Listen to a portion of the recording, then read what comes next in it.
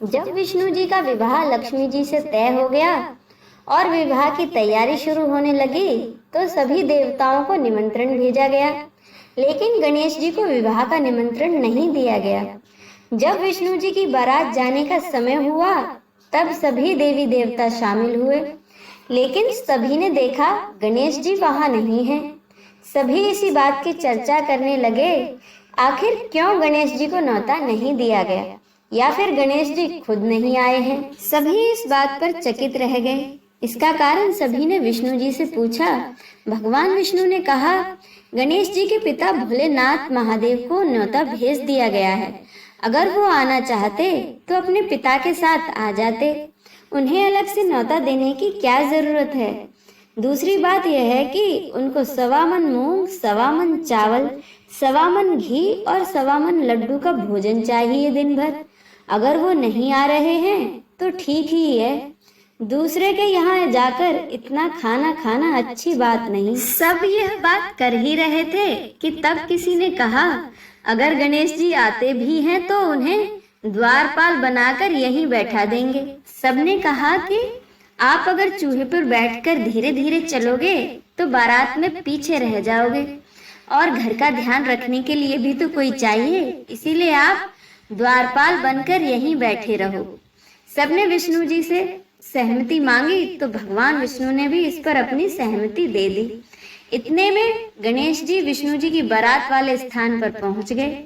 सभी ने उन्हें समझाकर घर की रखवाली करने के लिए घर पर ही छोड़ दिया। बारात चल दी। अब नारद जी ने देखा कि घर के दरवाजे पर गणेश जी बैठे हुए हैं। नारद जी ने उनसे रुकने का कारण पूछा। गणेश जी ने कहा, भगवान विष्णु ने मेरा बहुत अपमान किया है। तब नारद जी ने कहा, आप अपनी मूषक सेना को आगे भेज दें, इससे वो आगे जाकर रास्ता खोद देंगे और उन सबके वाहन जमीन में धंस जाएंगे। इसके बाद वो आपको सम्मान पूर्वक बुलाने के लिए विवश हो जाएंगे। गणेश जी ने अपनी सेना को आगे भेज दिया। मूषक सेना ने आगे जाकर सारा रास्ता खोद दिया। जब बारात वहां से निकली तो बारात के रथों के पहिए धरती में धंस गए।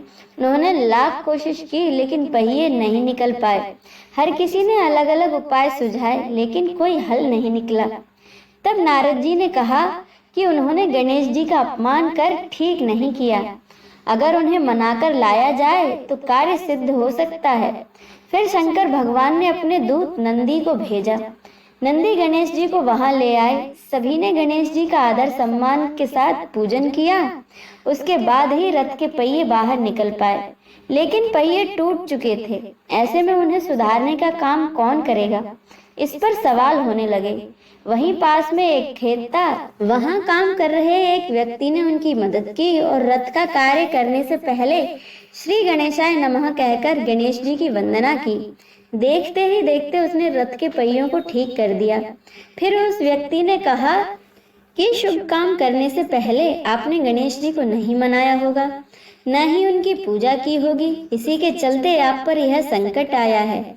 ऐसे में अब भगवान श्री गणेश की जय बोलकर बारात को लेकर चले, कोई संकट नहीं आएगा। गणेश जी का नाम लेकर बारात आगे चल दी। फिर भगवान विष्णु और माता लक्ष्मी का विवाह निर्विघ्न संपन्न हुआ और सभी सकुशल घर लौट आए। जय श्री गणेश।